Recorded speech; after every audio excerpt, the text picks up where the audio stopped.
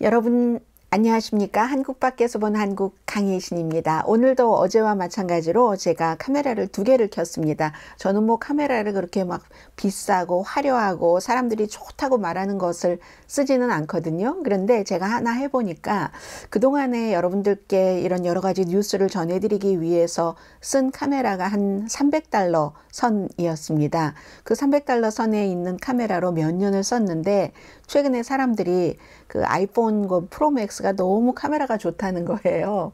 그래서 어차피 아이폰 7도 너무 오래 썼기 때문에 바꾸기는 했는데 제가 아직 잘 할 줄 몰라서 그러는지는 모르겠습니다만은 저는 $300밖에 안 되는 지금까지 쓰고 있었던 카메라가 훨씬 나은 것 같거든요. 그러니까 이런 한 가지에서도 볼 때 어느 게 나한테 더 익숙하고 내가 그 카메라를 더 잘 아는가에 따라서 많은 것이 달라지는 것 같습니다. 제가 아주 거금을 들여서 준비를 한, 물론 할부금으로 사기는 했지만 아이폰 14 프로 맥스가 언제 저에게 조금 다가올지는 모르겠고요. 그리고 또 하나는 제가 좀 편리하게 방송을 해야지 여러분들께 많은 것을 전해드릴 수 있겠구나 하고 생각을 했습니다.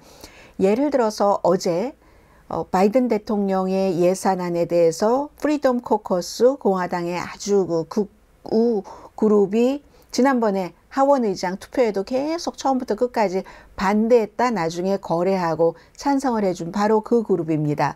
그 그룹과 바이든 대통령 간의 설전을 말씀을 드릴 때도 시간이 한정이 돼 있으니까 저는 그 설전에 대해서만 말씀을 드렸는데 그런 때에 프리덤 코커스라는 그룹에 대해서 자세히 전해드리면 좋겠다라는 생각을 하거든요. 그런데 지금의 이 카메라 하나 $300 시스템 가지고는 또 하고 나서 다시 뭐 업로드 해야지 되고 하는 그 과정이 조금 길고요.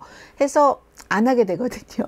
그런데 제가 아주 쉽게 할 수 있는 방법이 있다면 또 하면 좋겠다 해서 많은 분들이 쓰고 계시는 OBS라는 프로그램을 어제 써봤더니 그게 또 완벽하지가 않는 겁니다. 시간은 굉장히 절약을 해주는데 또 나름대로의 불편함과 뭐 화질이 떨어진다던가 이런 게 있어요. 그래서 저는 앞으로 어떤 방향으로 갈지는 모르겠습니다만은 그러나 계속 시도는 하려고 합니다. 그래서 오늘도 카메라를 두 개 켰으니까 제가 이쪽을 바라볼 때는 여러분을, 저쪽을 바라볼 때는 또 다른 여러분을 봐주신다고 생각을 하고 한국 밖에서 본 한국 시작하겠습니다.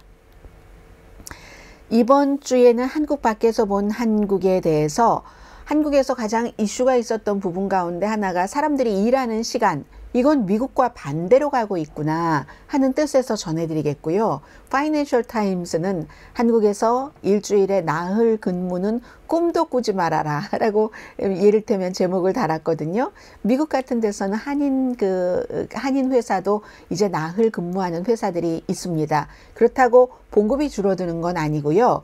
그런 것들과 또 젊은이들이 지금 뭐 비트코인이라든가 여러 가지 투자를 하는데 비트코인 등의 코인뿐만이 아니라 우리가 지금까지 알지 못했던 많은 투자 방법들이 있기 때문에 그런 부분도 해외에서 주목하고 있고 무엇보다도 윤석열 대통령의 징용 배상 결정에 대해서는 여전히 해외에서 관심을 갖고 보는데 결론은 그래서 문제를 해결했는가 아니면 분노만 일으켰는가 이런 점에 포커스를 두고 있는 것 같습니다.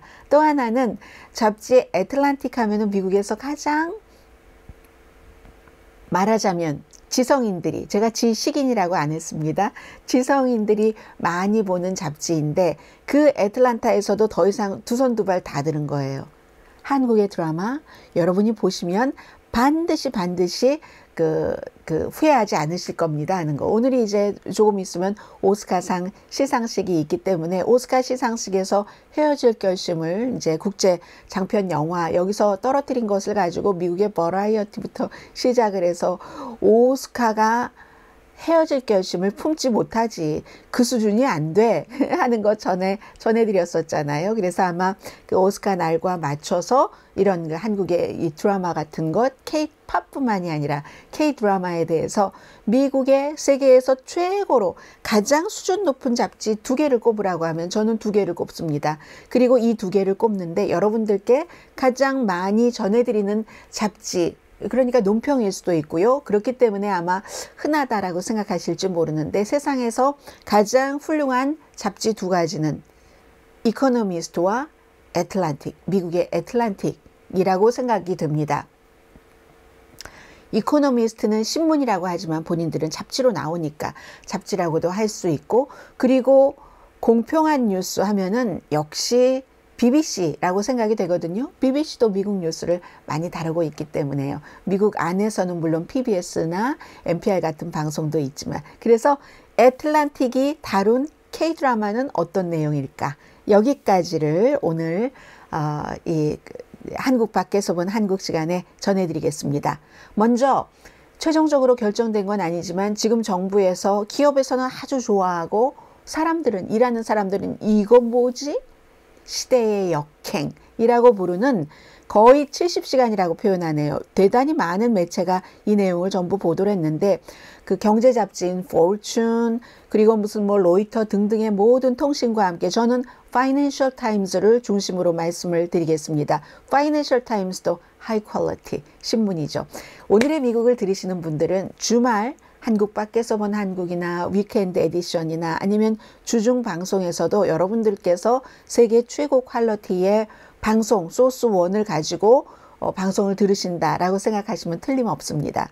파이낸셜 타임즈는 아예 이렇게 지친 사진, 이 젊은 여성이, 지금 사진이 좀 검게 보이긴 하네요. 젊은 여성이 버스에 타고 아주 그 지친 모습으로 가는 이런 사진까지 실었습니다. 노조가 공격을 하고 있다. 일주일에 69시간 근무제를 공격한다 하는데, 아무리 일 중독 문화가 있는 한국이지만 그런 한국에서도 반발하고 있다. 지금 현재 52시간이죠. 40시간이 정규고 12시간을 오버타임으로 할 수 있게 하는 52시간에서 69시간으로 늘리려는 이 계획입니다. 47살의 크레딧 카드 회사에 다니는 직장인이 얘기를 하네요.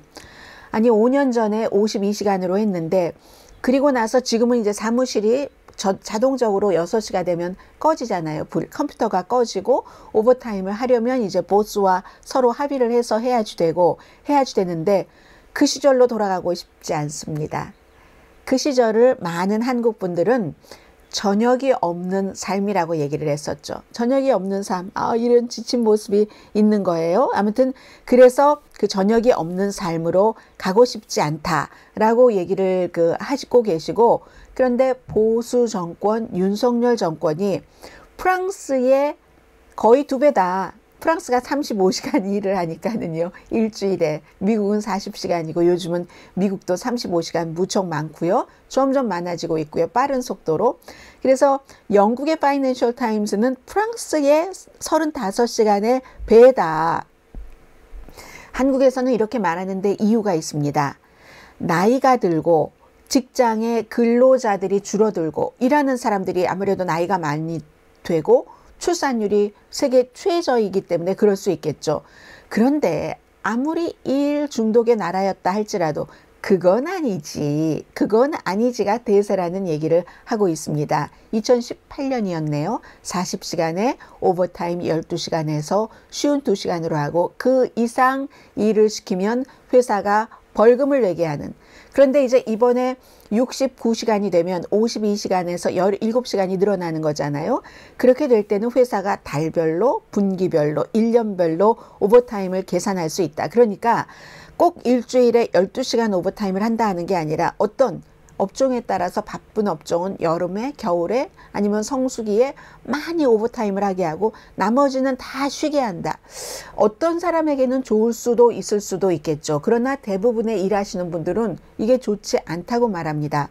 노동부 장관은 이렇게 할 때 회사와 근로자가 시간을 선택할 수 있으니까 그 자유다라고 얘기를 하는데, 지금 0.78명 여성들이 출산을 하고 나이는 점점 많아지고 고령화가 되고 있으니까 해서 사회가 이 문제를 푸는 데는 이 방법밖에 없다라고 얘기하는데, 제조업이라든가 특정한 것을 만드는 뭐 여름 상품, 겨울 상품, 그리고 건축업이라든가 IT 업계도 반기겠죠. 서비스 업계도, 일부 서비스 업계는 굉장히 반긴다는 것이 이해가 갑니다. 그러나 노조는 시대착오적인 발상입니다. 야당도 반발하고 있고요. 2021년도에 한국에서 과로사로 국가에 보상을 청구한 케이스가 739건이었답니다. 과로에서 숨졌다 해서 국가에 보상한 청구 건수가. 이 가운데서 그럼 얼만큼이 그 청구를 해서 성공을 했느냐 실패를 했느냐, 40%는 보상을 받았답니다. 물론 한국의 일 중독이 지난 반세기 동안 그야말로 잿더미에서 일제 45년 해방됐다. 전쟁을 치르고 53년도 휴전이 됐다. 그 이후에 수많은 산업, 업계 분야에 기여를 한 것은 사실입니다. 그 결과 제가 파이낸셜 타임즈를 말씀드리는 겁니다. 세계 경제 대국 10위에 올랐는데 한국이 2021년도 1년에 평균 1915시간을 일한다고 하네요. 그래서 경제협력개발기구 OECD 평균보다 199시간, 거의 200시간 많이 한국 사람들은 1년에 일을 했는데, 그러면 한국이 이렇게 일하는 게 얼만큼이나 되는가? 5위입니다. 한국보다 더 일을 많이 하는 나라 멕시코. 멕시코는 일을 그렇게 많이 하는데 멕시코 분들 조금 더 잘 사셨으면 좋겠어요. 코스타리카도 마찬가지고, 콜롬비아, 칠레, 참 그 다음이 5위가 한국입니다. 이런 거 보면 한국은 훌륭한 나라예요. 5위로 일을 많이 했기 때문에 세계 10대 경제 강국이 됐지만 멕시코, 코스타리카, 콜롬비아, 칠레는 그렇습니까? 아니죠. 말은 새 나가지만 이건 역시 경제는 정치와 국민의 민도와 여러 가지가 함께 가는구나 하는 것을 알 수가 있습니다. 어쨌든 지난 50년 동안은 일 중독이었기 때문에 한국이 이렇게 세계 경제 대국 10위를 지켰는데, 물론 빈부격차 엄청 심해서 그래도 생계를 유지하기 힘들다고 하시는 분 계십니다. 물론 계시죠. 그리고 부동산 가격이 워낙에 너무너무 엄청나기 때문에 어떻게 할 수가 없잖아요. 게다 대고 사회의 성공에 대한 압박도 대단합니다. 아무튼 그래서 노동 전문가 배규식 씨는 그러면 해결 방법을 찾을 때 이렇게 시간을 늘리는 것으로 해결 방법을 찾는 게 아니라 생산성을 어떻게 하면 높이는가, 그 방법을 먼저 연구하는 게 맞다라고 얘기합니다. 여기에 대해서 정부는 장기 휴가를 갈 수도 있고, 아주 많을 때, 급할 때, 일감이 많을 때 한꺼번에 오버타임 쫙 하고 나머지 쉬고 그러는데, 전체 직장인들은요, 뭔 소리요? 이게 누가 말하는 소리요? 누구의 소리요? 라고 얘기를 하죠. 전체 휴가를 전부 쓸 수 있는 직장인이 한국에 아직도 40%밖에 안 된답니다. 대기업에 다 알만한 그런 대기업에서 일하는 한 분이 인터뷰를 했어요. 파이낸셜 타임즈에 이름을 얘기를 했을까요? 휴가 때 본인은 휴가가 길기는 했었겠죠. 일을 평소에 많이 했다며 하면. 휴가 때 열흘 동안 일을 했답니다. 이게 무슨 휴가입니까? 그러니까 있는 휴가도 52시간 근무였을 때도 다 찾지 못했는데 69시간으로 되면은 어떻게 찾는가? 지금도 상사가 52시간 이전에는, 상사가 퇴근하기 전에는 절대로 퇴근하지 못했던, 그러니까 앞서서 말씀드렸던 바로 이제 이분처럼 저녁이 없는 삶, 피곤에 지친 삶, 이런 삶을 살았던 거죠. 밤샘 작업. 어떤 예를 들어 스타트업 같은 경우는 밤샘을 할 수도 있고, 그래서 막 너무 건강하고 또 보수도 많이 주고 해서 본인이 원하는 경우는 그렇게 할 수 있겠으나, 이걸 전체적으로 국가가 규정을 해놓으면 이게 참 쉽지가 않다, 이런 얘기들을 많은 분들이 하고 계시다 하는 것 전해드리면서요. 이게 이제 파이낸셜 타임즈의 보도였습니다. 두 번째 이슈는 한국의 젊은이들에 대해서 좀 말씀드리겠는데, 지금까지 한국 젊은이들이 뭐 집도 사기 힘들고 뭐든지 힘드니까 아무튼 혹시나 하면서 비트코인을 포함한 위험한 곳에 투자를 했다는 것은 우리가 너무 잘 알고 있습니다. 그런데요, 그 위험한 것뿐만이 아니라 아마 지금 이 방송을 들으시면서 그런 것도 있구나 라고 처음 알게 되시는 분들도 많이 계실 겁니다. 자, 어떤 내용이냐면요, 바로 이런 내용들인데요. 제가 저의 모습을 이거 움직이질 않아요. 어쩌면 좋죠? 움직이질 않으니까 제가 처음에 이것을 잘 해놓지 않았던 것 같은데요. 제가 지금 이쪽에 처음으로 한번 해보는 거라서 한번 해보겠습니다. 처음에 이거 할 때 그렇게 딱 해놨어야지 되지 픽스 되는 거군요. 그럼 우선 사진만 조금 보시면 여기 사진에 보시면은 비트코인 무슨 뭐 리플 또 무슨 뭐가 많습니다. 뭐 이오스 등등 해서 굉장히 이제 많은 얘기들이 나오고 지금 이제 좀 제가 했습니다. 처음이니까 좀 이해를 해주세요. 어쩌면 제가 어떤 화면을 쓸지 모르니까 조금 오늘 며칠 사이에는 말하는 것과 뭐가 화면이 맞지 않는다면 여러분들 이해를 해주세요. 이 과정을 거치지 않으면 여러분들과 제가 더 자주 효율적으로 만날 수 있는 그런 시간이 더 미뤄지기 때문에 그렇습니다. Brave Girls 라는 참 이 K-팝 그룹을 김승민 씨가 군대에 있을 때 정말로 군대에 있을 때 이분이 딱 접하고 나서 음악을 딱 접하고 나서 이게 비트코인 이런 데에 대한 투자만 있는 게 아니라 롤링이라는 또 뮤직하우 제가 잘 모르니까 더듬네요. 뮤직하우라는 플랫폼이 2016년도에 생겼는데 이 경우는요. 비트코인을 너무 비쌌을 때 사람들이 쪼개서 샀잖아요. 지금도 비싸지만 뭐 6만 달러 할 때는 상상도 못했었고요. 그런데 몇천 달러 할 때도 쪼개서 사셨던 분들이 많으시잖아요. 그런데 이 뮤직하우라는 플랫폼은 사람이 음악 저작권의 작은 부분을 산다는 겁니다. 그러니까 지금까지는 없었던 그런 일들인 거예요. 67만 원을 주고 사는 것도 있고, 뭐 예를 들어 506달러짜리 파는 것을 부분적으로 산다던가 이런 식으로. 그랬더니 한번 사봤더니 67만 원 주고 샀더니 몇 개월 만에 그 가치가 2배가 됐다는 거예요.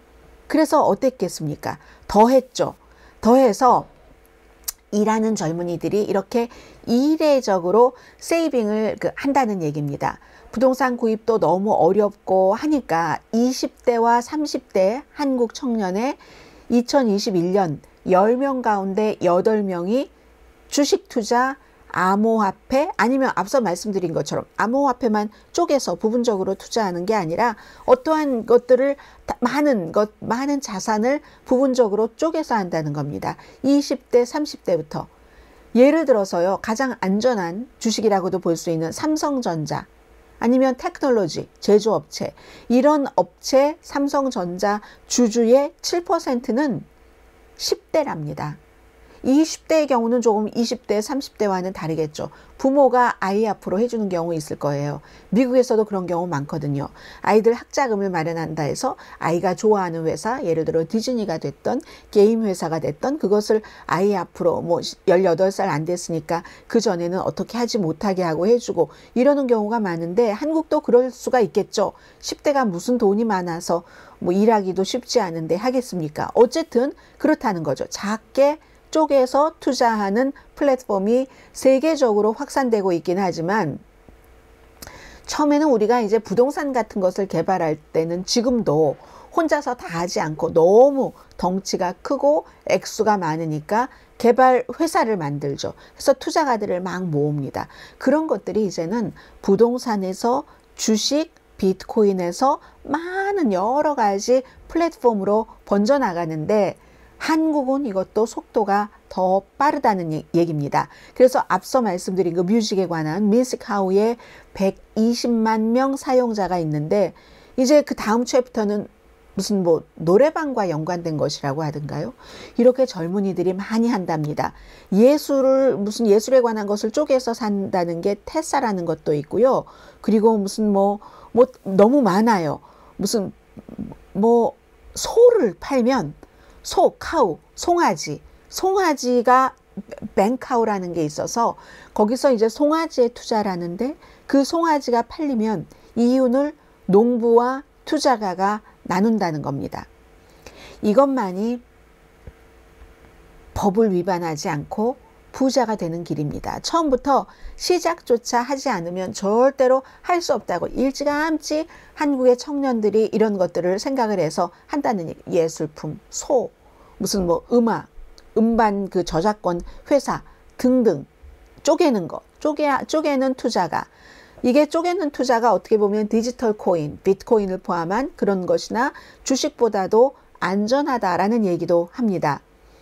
지금 그 5월 달에, 지난해 5월 달에 루나 크립토 커런시, 암호화폐 굉장했잖아요. 지금까지도 굉장합니다. 한국에서 일어났었던 그런 일이 세계적으로 파장을 일으키고, 그리고 코스피의 경우는 2022년도에 20%가 늘어났습니다.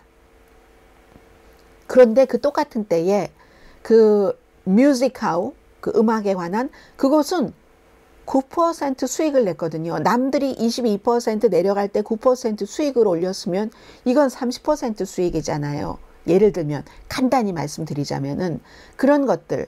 그런데 이게 다 안전한 것도 아니다 하는 얘기들도 합니다. 그 홍익대학교에 다니는 홍기훈 씨가 얘기를 하네요. 현재 뭐 얼마를 어디에 투자를 하고 있는데, 뭐 이래서 또 이제 이렇게 투자하는 것이 늘어나니까 또 재정서비스위원회라든가 규제 당국에서는 또 다른 규제 같은 것도 해볼 수 있고, 그 업계가 그래도 아직까지는 이쪽에서 하는 것은 좀 이 업계가 잘하기를 바란답니다.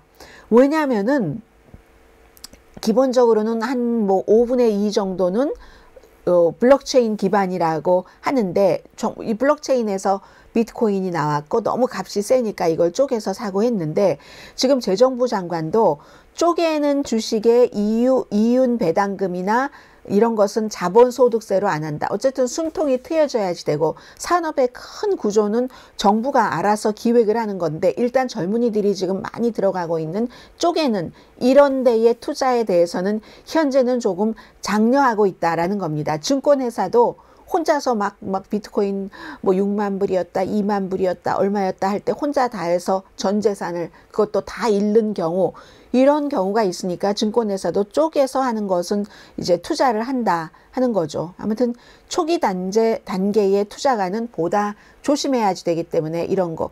그리고요, 불과 이제 몇 년 전까지만 하더라도 미국의 경우는 원래 이 자산 증식을 부동산, 주식, 그리고 이제 무슨 현금, 세 분야로 나누죠. 이게 뭐 가장 우리가 늘 얘기하는 계란을 한 바구니에 다 담지 말아라. 그러다 갑자기 지진이라도 일어나서 툭 떨어져 버리면은 그거 다 잃어버리는 거니까. 그렇게 얘기를 해서 미국 사람들도 한 5, 6년 전까지 60% 정도는 주식에 투자를 했습니다. 그런데 지금은요, 돈이 없어서 주식 투자가 많이 줄어들고는 있고, 이에 반해서 한국에서는 젊은이들이 더 이상 할 게 없다 하니까 비트코인 등등을 포함한 주식 투자 같은 것을 지금 하고 있는 그런 것이고요. 아무튼 그런데 한국의 사우스 코리아는 정말 이 부분적인 투자를 쪼개서 투자하는 것을 받아들이고 있다. 이코노미스트의 보도였습니다. 자, 그리고 윤석열 대통령이 이제 예정됐던 대로, 예상했던 대로 이미 3.1절 기념사가 나올 때부터 전문가들은 예상을 하고 있었던 일입니다. 미국의 4월 26일 국빈 방문으로 오기 전에 3월 16일부터 17일까지 이제 일본을 방문을 해서 기시다 후미오 총리를 만나게 되죠.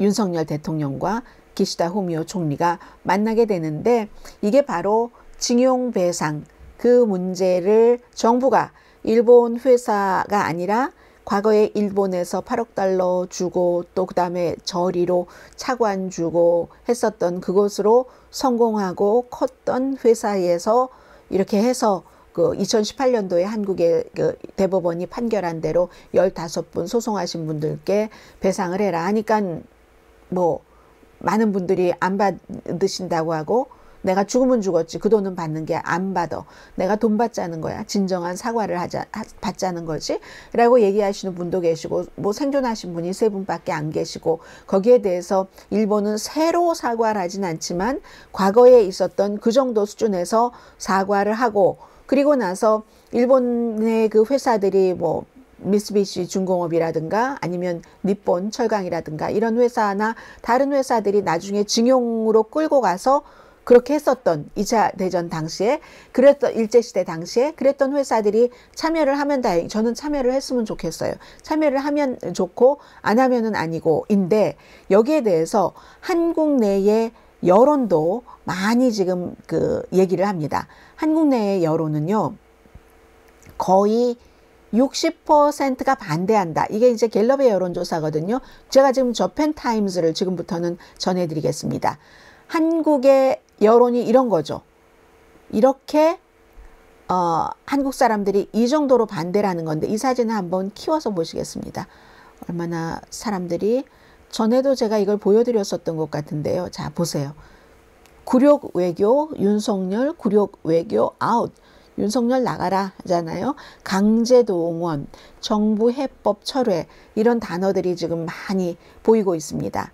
그래서 이제 갤럽에서는 59%가 정부에서 이렇게 처리한 것에 반대를 한다. 일본의 사과나 일본의 배상, 일본으로부터의 배상이 없기 때문에 35%만이 이 결론이 두 나라 관계에 도움이 된다. 국가 이익에도 도움이 된다. 하니까 이게 35% 되신 분들이 아닌 거예요. 지금 나와서 시위를 하시는 그 분들은요. 64%는 갤럽입니다. 갤럽이 좀 보수적인 여론조사 기구잖아요. 이걸 그 배상금으로도 보상금으로도 보지 않는다는 얘기입니다. 왜냐하면 한국의 회사들이 내는 것이기 때문에 27%는 그렇다고 본다. 어차피 과거에 정부에서 그 박정희 전 대통령이 돈 받은 거잖아. 돈 받고 해결을 한다고 했잖아. 해결을 한다고 했으면 최고의 지도자가 해결을 한다고 했으니까 최고의 지도자가 당시에 해결을 했어야지. 그리고 그 당시에 해결을 하지 않았으면 그 한국 정부의 최고 지도자에게 물어보는 게 마땅하지. 이거는 일본 사람들의 생각인 거죠. 일본 사람들이 그렇게까지 말하진 않아요. 일본 사람들의 생각인 거죠. 일본 사람들은 무슨 뭐 우리가 돈 줘서 너네 포스코니 뭐니 다 했잖아. 여기까지도 말하지 않습니다. 다만 그냥 딱 사실만 말해요. 그 당시에 외교 관계를 수립하면서 박정희 전 대통령에게 이렇게 해서 사인을 했고 그 다음에 알아서 한다. 더 이상 묻지 않는다고 서명을 했다. 거기까지만 얘기를 하고 그 다음에는 이제 많은 분들이 설명하다 보면 이런저런 얘기도 나오고 그리고 이 문제를 끝까지 간다 할지라도 일본도 물러서지 않을 텐데 누군가가 어느 순간에는 어느 정도 양보를 하면서 문제를 풀어야지 되지 않겠는가 하는 얘기를 하는 거죠. 그런데 윤석열 대통령의 지지율은 34%로 일주일 전보다 내려갔고 이 부분이 이제 있겠죠. 물론 그 다른 부분으로 또 올라간 부분도 있겠지만 KBS의 여론조사 결과도 53.1%가 지지하지 않는다. 이게 일본 저펜타임즈의 영어판의 보도입니다. 39.8%만이 찬성을 하고 그런데 미래지향적인 한일 관계에 도움이 되겠다. 이번 일로 라고 얘기한 사람 46.1%입니다. 아무튼 그런 일들을 해서 미국은 좋아하죠. 미국은 너무너무 좋아하죠. 미국은 너무 좋아해서 심지어 제임스 킴이라는 미국 상공회의소 한국 지부의 회장이세요. 이분은 한국의 재정경제부 장관을 만나서 우리도 기부하겠다. 이건 이제 미국 정부하고 여러 가지가 맞고 미국 정부는 한국과 일본이 잘 지내고 그래야 이제 중국을 견제를 할 수 있고 기타 등등 북한 문제. 뭐 윤석열 대통령은 이번에 북한과 중국 얘기를 많이 했고 또 하나는 이렇게 일본을 가면 일본이 선물을 주지 안 주겠습니까? 그동안 한국에서 그 같은 그 판결 연방 대법원에 뭐 일본 회사가 해야지 된다 하는 판결이 나오고 나서 일본도 한국에 뭐 아무리 연결이 안 된다 할지라도 그런 감정들이 다 연결을 해서 수출할 때 엄청나게 피해를 볼 수 있는 반도체에 꼭 있어야지 되는 그런 원료를 수출하지 않았고 또 한국은 그로 인해서 뭐 세계 기구에 또 제소를 하고 뭐 세계 기구에 제소를 하면 이긴다 하더라도 또 일본이 가만히 있겠습니까? 또 다른 식으로 계속 이렇게 교착으로 가느니 어느 순간엔간 풀어야지 된다라는 주장을 하는 사람도 있습니다. 그것에 따라서 이제 일본에 가면은 여러 가지를 가지고 오겠죠. 여러 가지를 가지고 오지 않으면은 한국 국민이 좋아하겠습니까? 아니겠습니까? 경제로서 뭔가 리커버를 해야지 좋아하는 거죠. 아무튼 그래서 일본 정부 자체도 일단 한국이 이렇게 물꼬를 터놨으니까 일본 회사가 참여하는 것을 막지는 않는다라고 얘기를 하고 있고, 일본에서는요 또 미국 회사도 하면은 우리도 한다 하니까 어쩌면 이게 될지도 모르겠다 하는 그런 분위기도 있기는 있습니다. 그리고 이제 이 관련해서 이코노미스트의 보도를 하나를 더 전해드리겠습니다. 맨 앞에 양금덕 선생님을 이코노미스트가 보여드리고 있네요. 윤석열 정부 굴욕 외교 아웃. 이렇게 이분은요 1940년대에 어린이였었죠.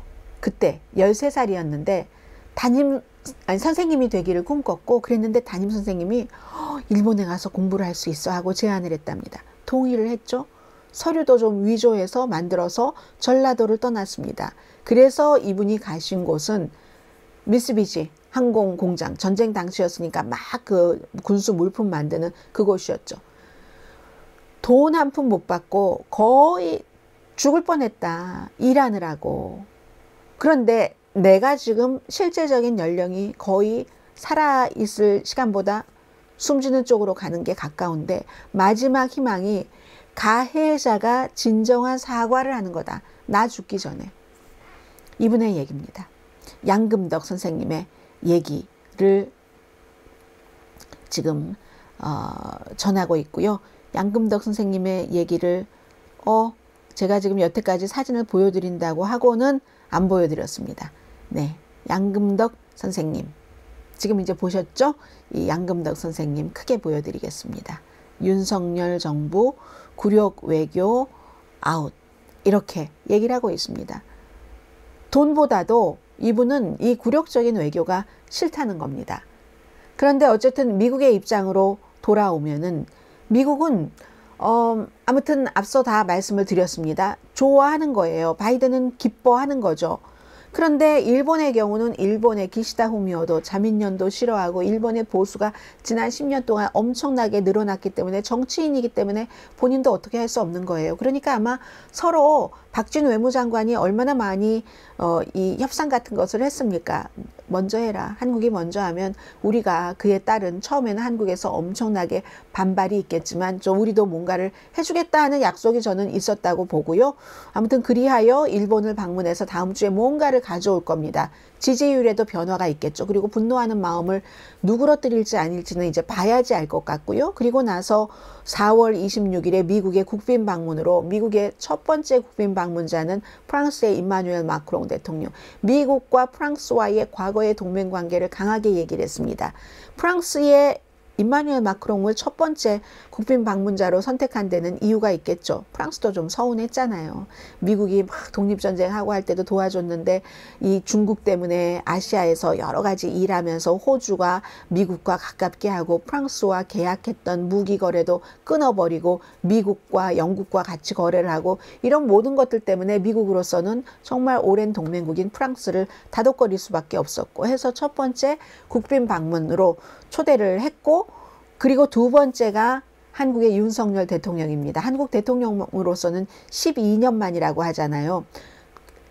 일본 갔다가 4월 달에 미국 갔다가 5월 달에 G7이 또 히로시마에서 열리기 때문에 이때도 또 뭔가가 있을 겁니다. 이제 이 사이사이에서 미국에 와서는 이 전기자동차에 대해서 뭔가를 받아가겠죠.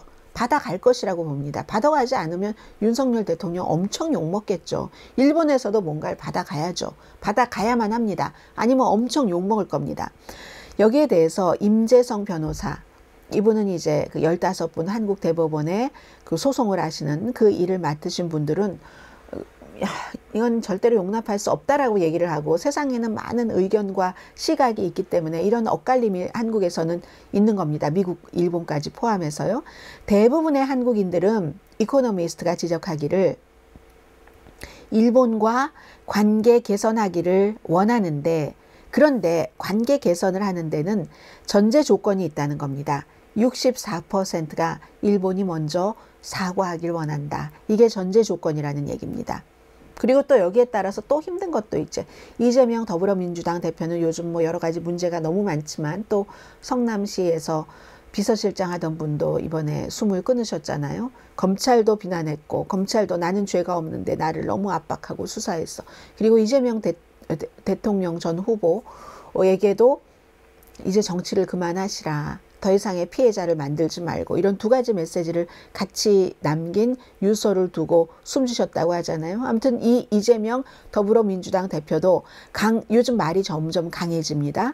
강제징용 피해자들을 양국 관계 개선의 걸림돌처럼 취급하고 있다. 윤석열 대통령이 이런 얘기를 하고 있습니다. 어쨌든 반도체 재조정, 이런 뭐 수출에 대한 통제 해제에 대한 이제 회담을 일본에서 하고 성과를 당연히 갖고 오리라고 봅니다. 이건 기정사실인 거예요. 이 성과 가지고 오지 않으면 큰일 나는 거죠. 그리고 그런 것을 다 염두에 두고 3.1절 그 발언부터 시작을 했다고 저는 생각을 합니다. 과거는 군국주의였지만 지금은 일본이 과거의 군국주의가 아니라 우리와 협상을 해야지 될 파트너다. 경제협력도 하고 북한 문제도 그렇고 이런 얘기를 했잖아요. 그런데도 맨 앞서 보신 것처럼 3월 6일에도 시청 앞에서는 엄청나게 사람들이 시위를 했었던 그 모습이 있었잖아요. 굴욕 외교. 미국만 지지하고 굴욕 외교한다. 이코노미스트가 뭐라고 얘기를 하냐면요. 아직은 본인들은 모른다는 거예요. 그런데 큰 의문은 윤석열 대통령이 분노를 가라앉혔는지, 어떻게 가라앉힐 수 있을지, 아니면 불길만 당겼는지, 불길만 당겨서 활활 타오를지, 그건 아직 모른다는 거죠. 여기에 대해서 제가 이번 주 초에 말씀드리면서 항상 방송하다 보면요. 가장 중요한 것을 뺄 때가 있어요. 우토로에 대해서 말씀을 드렸죠. 왜냐하면 이 양금덕 선생님이 미쓰비시에서 그 비행 부품 만드셨다고 하니까 우토로에서도 그런 것 만들어서 혹시 그곳이었나 하는 생각도 들고, 그런 것을 만들었을 때 그 당시에는 어떻게 해결했냐면, 제가 이제 우토로에 대해서 미국에서 제일 처음 방송을 했고 그 방송을 보고 LA타임즈에서 와서 취재를 해서 그것 때문에 더 커졌었고, 그리고는 또 우토로 그렇게 LA타임즈라는 큰 신문이 보도를 해줬기 때문에 우토로에 계신 분들이 미국에 와서 호소하기 위해서 오실 수가 있었습니다. 막 뉴욕타임즈 같은데 전면 광고 낼 때 그 당시에도 돈 굉장히 비쌌거든요. 한 면에 몇만 달러였는데, 그런데도 다 사람들이 후원을 해서 내고 했었는데, 일본 도서관이래요. 일본 그 대사관도 저는 여러 번 방문했습니다.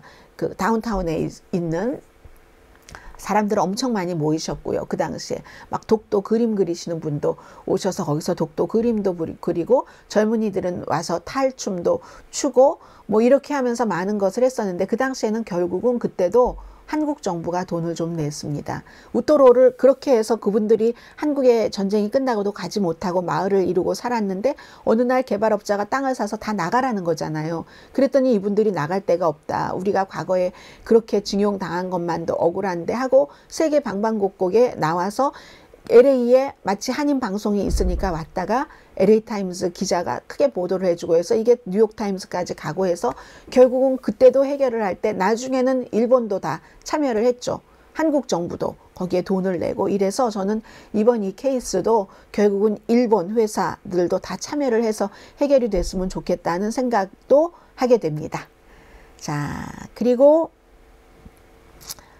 이 내용도 있네요. 더 힐이라든가 뉴욕타임스도 바이든 대통령이 이 윤석열 대통령을 이제 초대를 하는 그런 그 모습이요. 이제 와서 미국에 와서 이제 여러 가지, 특히 이제 미국에서는 한국과 미국이 달라요. 그 포커스가 한국에서는 또 언론사 매체마다 약간 강조하는 게 다르던데, 미국에선 대체적으로 큰 그림으로는 중국과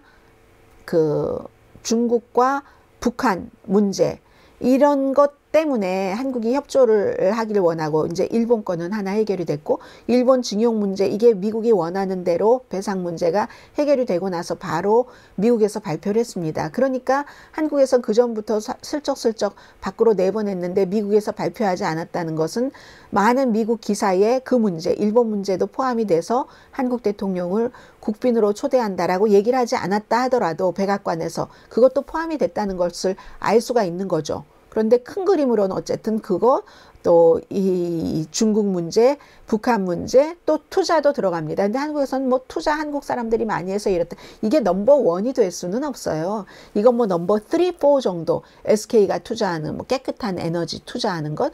그리고 3, 4 아니면 4, 5 정도? 왜냐하면 그 전에 또 인도 태평양 경제협력 제도 있으니까 이것도 또 윤석열 대통령이 들어가겠다고 했고 이 문제가 바로 또 중국을 겨냥하는 것이고 4칩스에도 마찬가지고 하기 때문에 국빈 방문으로 초대할 때 한국이 미국에 투자를 해야 중국이 얼마나 많이 투자하고 일본이 얼마나 많이 투자하고 유럽이 얼마나 많이 투자하기 때문에 큰 투자인 것은 분명하지만 그게 막 넘버 원으로 올라올 그럴 정도는 아니라는 것 말씀드리고요. 아무튼 미국에 와서는 인플레이션 그 감축법에 대해서 엄청나게 서로 논의들을 할 것 같고요.